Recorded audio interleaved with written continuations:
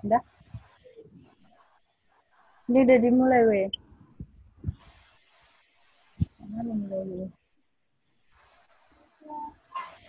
Oke, selamat malam semuanya. Malam, Dad. Jadi di sini kita akan membahas tentang unsur golongan 5A. Jangan.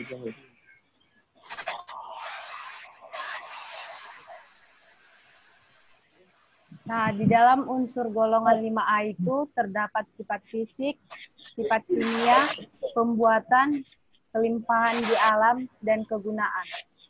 Lambang unsur golongan 5A itu adalah N, P, AS, SB, dan BI. Cara menghafalnya, narapidana, AS, serba bisa. Selanjutnya, kita masuk ke sifat fisik. Sifat fisik yang pertama itu dibahas nitrogen atau yang dilambangkan N dengan nomor atom 7, konfigurasi elektron He2S2, 2P3 dengan jenis non-logam. Wujudnya gas dan densitas padatan 1,03 atau bisa juga disebut dengan min 252 derajat Celcius. Jari-jari kovalennya yaitu 75 gram atau sentimeter. Energi ionisasinya 14,53. Dan elektronegativitasnya 6,0. Kita lanjut ke P atau bisa juga disebut fosfor. Nomor nitrogennya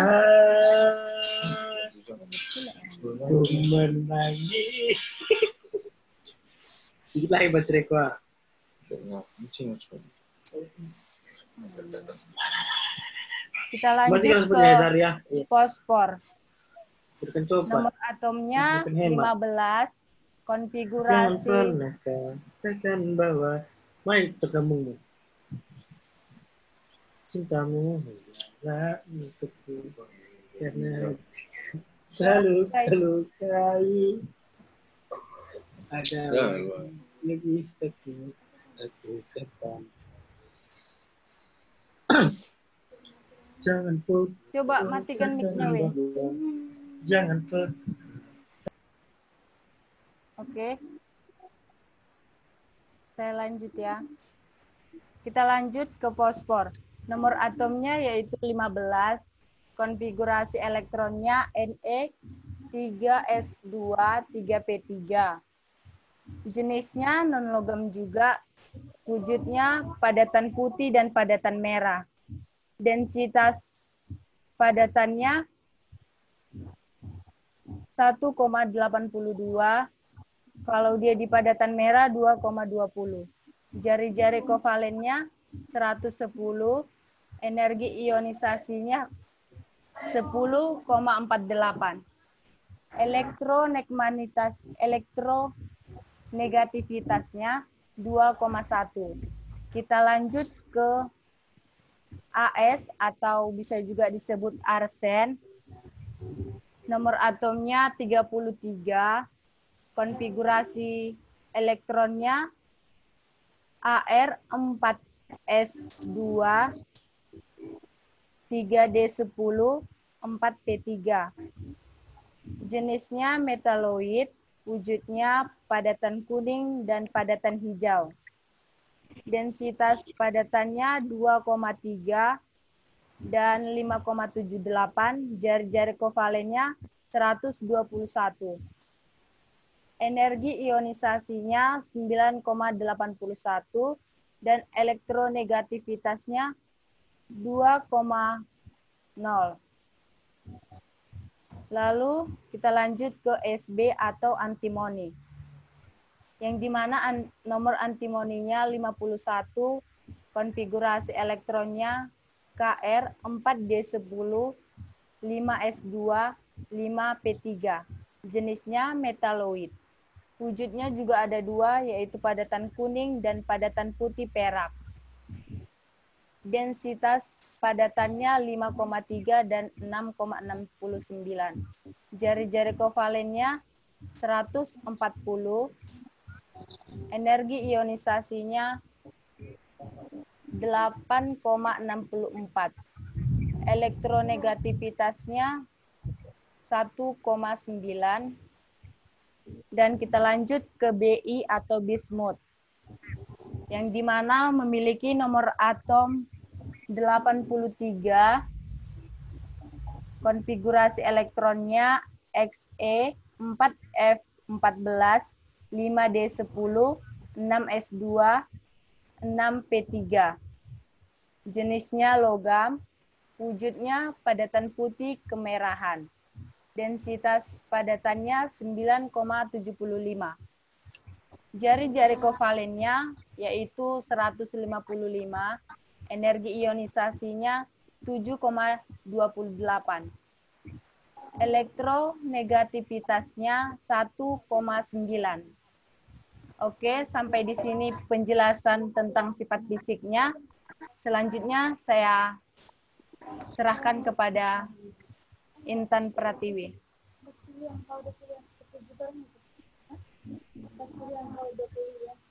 Agak perbesar, Bet.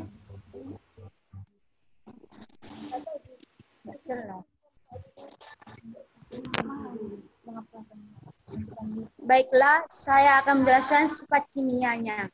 A. Nitrogen. Merupakan unsur stabil dan sulit bereaksi dengan unsur atau senyawa lainnya. Dapat mengalami reaksi reduksi atau oksidasi. Dapat membentuk oksidasi asam, bersifat diamagnetik, tidak mudah menguap, elektronegatifnya paling tinggi, tidak berbau, tidak berwarna, tidak berasa. B. Fosfor. Tidak dapat bereaksi dengan air. Fosfor putih bersifat asam, dapat larut dalam CS2, sedangkan fosfor merah kebalikannya. Selanjutnya, Bet.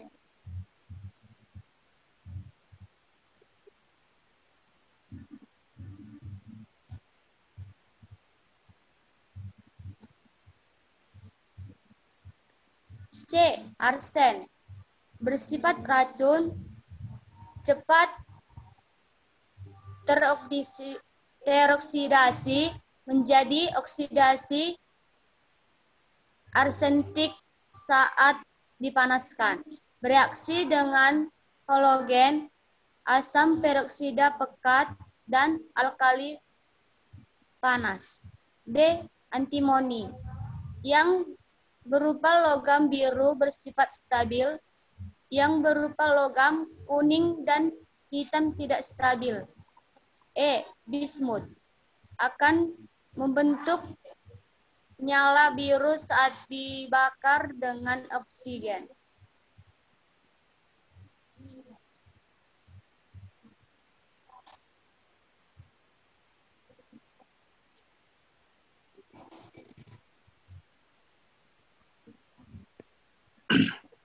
Kelimpahan unsur di alam. Kelimpahan unsur-unsur di kerak bumi berdasarkan berat. Unsur nitrogen, ppm 19, kelimpahan relatif 33. Fosfor, ppm 1120, kelimpahan relatif 11. Arsen, ppm 1,8, kelimpahan relatif 52. Antimon, ppm 0,2, kelimpahan relatif 64. Bismut, ppm 0,008, kelimpahan relatif 71. Nitrogen. Nitrogen mengisi 78,8% atmosfer bumi. Sangat sedikit sebagai NH3 dan HN03 terdapat banyak jaringan hidup. Fosfor. Fosfor kelimpahan di kulit bumi yaitu 0,1%. Fosfor terdapat 1% dari berat badan.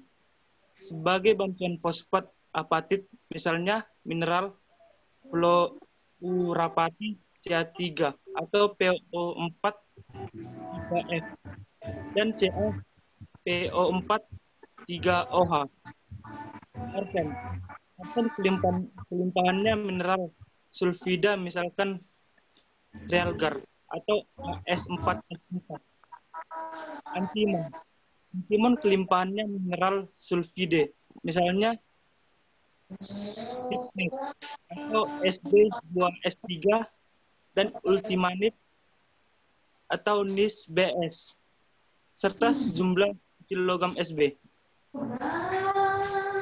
Bismut kelimpahannya mineral sulfide oksida misalnya bismut Bi2030, bismutinit B2S3, bismutit bio 2CO3. Udah. Ya, saya akan menjelaskan dengan pembuatannya. Yang pertama, nitrogen. Nitrogen juga dapat dibuat melalui proses Haber. Proses destilasi penyulingan bertingkat dari udara. Nitrogen dapat dibuat dengan destilasi fraksional udara. Nitrogen juga dapat diproduksi skala besar dengan cara membakar hidrokarbon. Yang kedua, selanjutnya next, fosfor. Pembuatan fosfat juga dapat dilakukan dengan mereduksi fosfat dengan karbon pada tungku elektrik. Pembuatan fosfor dilakukan dengan mencampurkan batuan fosfat yang sudah dihancurkan dengan asam sulfat atau asam fosfat, kemudian akan membentuk kalsium hidrogen fosfat. Selanjutnya, arsen. Arsen juga dapat dibuat melalui isolasi dan pemanasan logam sulfida yang mengandung arsenik dan dengan mereduksi arsenik 3 oksida dengan gas CO.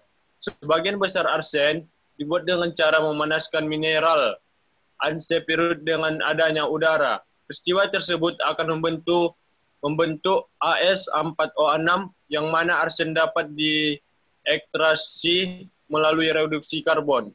Hal ini juga dapat memungkinkan untuk membuat arsen dengan memanaskan arsenopirit pada suhu 650 Celcius hingga 700 Celcius tanpa oksigen.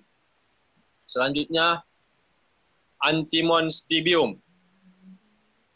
Jadi, dapat disimpulkan bahwa antimon diperoleh dari stibit Sb253. Antimon dapat diperoleh dari metode pembuatan antimon dengan jumlah antimon pada biji mentah, di mana jika biji yang mengandung antimon adalah 25% kurang 45% B atau B, antimon kotor dapat dihasilkan dengan meleburkan biji pada tungku hembus. Selanjutnya, bismut. Bismut dihasilkan dari biji bismutinit dan bismit. Bismut juga terdapat dalam bentuk mineral. Selanjutnya, saya akan menjelaskan juga dengan kegunaannya. Nitrogen membuat pupuk nitrogen. Sebagai pendingin, biasanya digunakan pada industri pengolahan makanan. Membuat ruang inlet untuk menyimpan zat-zat eksplosif. Yang kedua, fosfor. Memproduksi asam fosfat. Bahan baku pembuatan kembang api. Dalam tubuh manusia, fosfor terdapat pada nukleat yaitu DNA dan RNA. Kalsium fosfat sebagai senyawa utama menyusun matriks tulang. Arsen. Racun arsenik buatan umumnya digunakan untuk keperluan pertambangan. Antimon. 1.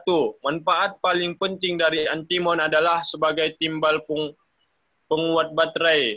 Yang kedua, bismut sebagai bahan kosmetik. Terima kasih.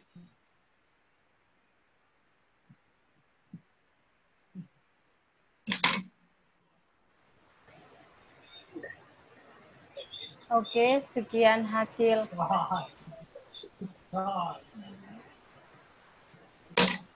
Jadi sekian pembahasan dari saya dan juga teman-teman sekalian.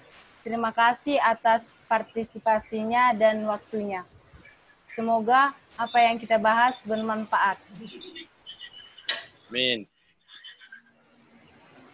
Oke. Selamat malam. Oke, selamat malam. Bye.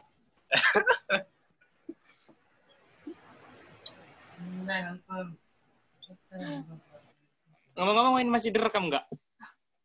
Rekam.